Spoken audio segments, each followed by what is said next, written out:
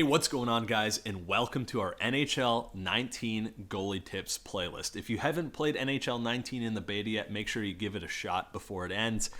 Goalies didn't get a huge new feature or anything like that, but we did get some responsiveness upgrades and some bug fixes, and that has made our overall experience way, way better than any new feature can make it. So make sure you try it out and form your own opinion. Make sure you follow us on Twitter at ESHL Goalie, or if you want to follow JMoney at the Crease Police. We also started an Instagram account at ESHL Goalie. It's mostly just custom pads, custom jerseys, and cinematic goalie shots, so make sure you check it out. Maybe we could even do some save highlights in there. We're just testing it out. If it works, it works. If not, we'll just delete it. No big deal. Now let's dive right into these tips, starting with our goalie controls. Go into your control settings, down to goalie settings, and you got goalie controls, alternate or default. Doesn't matter, it's your preference. The alternate are the old gen controls where butterfly is left trigger or L2 and the hug post is right trigger or R2. The new gen controls default, L1 or left bumper is hug post and butterfly is R2 or right trigger. Up to you, doesn't matter. Next is goalie precision default. Now I have this set to on because I don't want to hold anything when I move around, but you can set it to off just as long as you're always using the precision movement while standing up. You do not want to use those T-pushes. They're very inconsistent and still not working properly.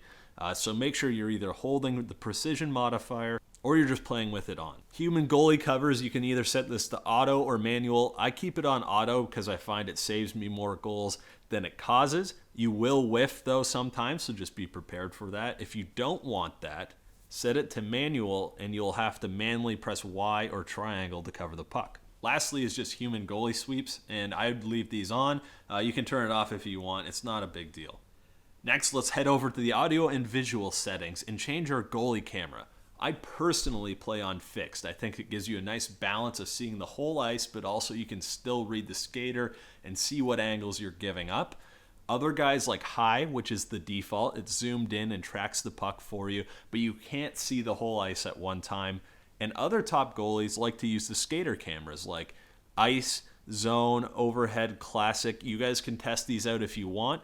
Just make sure you pick one camera that you like and stick with it. We get a lot of questions about stances and goalie classes. Now, stances still do not affect save animations or gameplay, so pick whatever stance you like that you think looks cool. I use 17. J-Money uses like 6 or something like that. Builds do have a bigger impact this year, especially with height adjustments and speed adjustments. We'll go more in depth on these once the full game releases and all of the traits are actually open to the public to see what they do. Now let's get into the positioning tips. As always, we want to stay more centered than you think. We don't want to play over aggressive. You never have to leave your crease in this game. The only time is when you want to come up to the top of your crease when the skater has a shot loaded in the slot and you know he's shooting. That would be the only time you want to come up and challenge that shot a little bit. Now to track the puck properly, remember that when the puck carrier is further away from you, you have to move less. You can let him get a little bit ahead of you. You can stay behind the puck a little bit before you move. But the closer he is, you have to move quicker and faster to be able to get in front of him to save the puck. Now let's go over some basic situational spots. These are just guidelines and change based on reading the play. But when the puck is at the points, you want to be about mid-height in your crease and shading left or right depending on where the puck is. Now when the puck goes down to the half boards, you're going to want to tuck your leg in next to the post there and just kind of stay a little bit inside of it. You don't want to challenge the shot here because chances are they're not going to shoot. If they do, you should save it or be able to move in front of it. But this is a spot where guys like to pass out to the slot for a one-timer from, and you need to be ready to save that. Now when the puck goes in the corners, you can either do one of two things. You can standing post hug to make sure you save that sharp angle shot, or you can overplay your post. But you need to make sure you have your post covered because chances are they're not going to be able to get a really big pass across the crease from there. So if they do shoot it, you need to save it. That's a must save.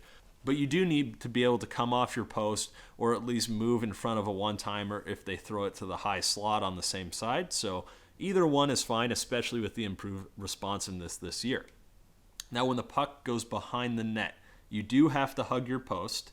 When the puck goes in that back trapezoid, You're going to want to be in butterfly in the reverse VH, hugging the post to save wraparounds and short side attempts. When they're not in that trapezoid, though, you can kind of be hanging off the post just a little bit, just in case they pass out front for a one-timer, and you can save these if you read it properly and aren't on your post. Once they do get into that back trapezoid, though, remember, hug the post and be ready to save wraparounds. If they have the puck in the slot and there's some open wingers on your side, you do have to kind of come back a little bit and play a little deeper in your net in case they pass it back across the grain and take a one-timer. You do need to save some of these one-timers from the higher slot, so you need to be ready for that. The next question we often get is, when do you use butterfly? And besides using it on wraparounds and post hugs, you do actually want to use it after a shot comes in, especially on point shots. When a point shot's on the way in, squeeze butterfly and hold it. That way, after your goalie saves it, he'll stay down in butterfly, and you can actually move left and right quickly for rebounds, and it also helps taking away the lower part of the net for deflections.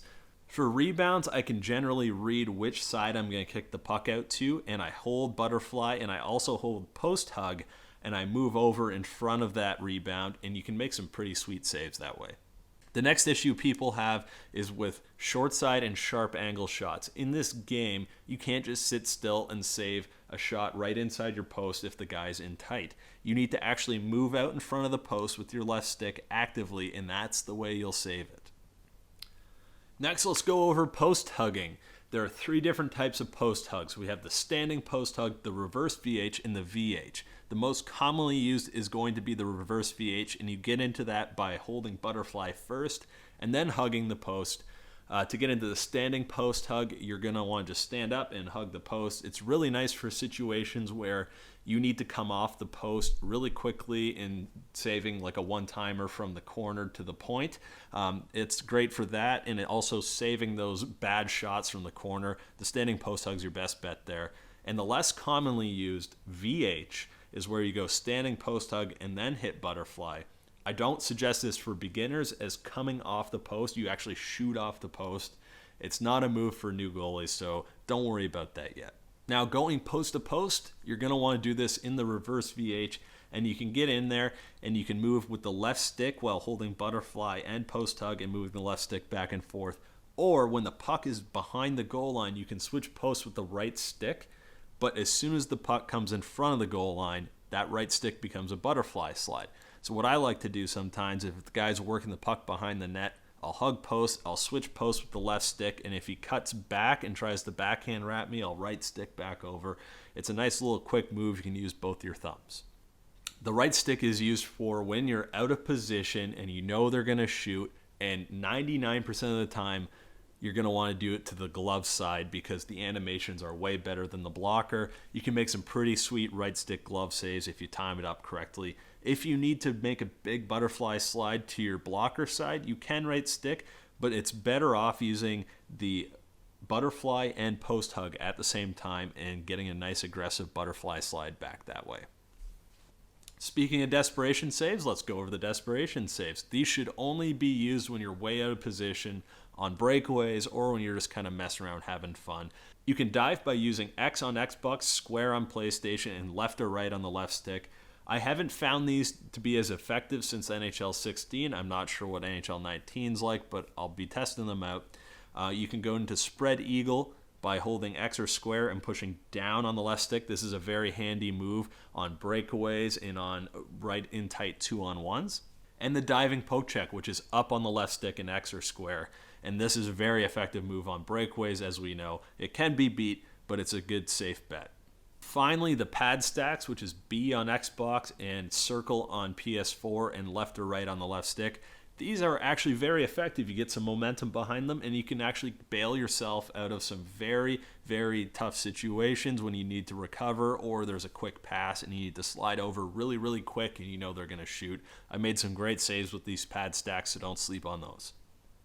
Alright guys, that's it for this video. Thanks for watching. Make sure you subscribe to this channel, turn on notifications so that you know every time we drop a goalie tips video. We're going to be releasing a lot of content here in NHL 19. Goalie tips, goalie highlights, everything you can think of. We'll do it for you. Alright, thanks for watching guys. We'll see you next time.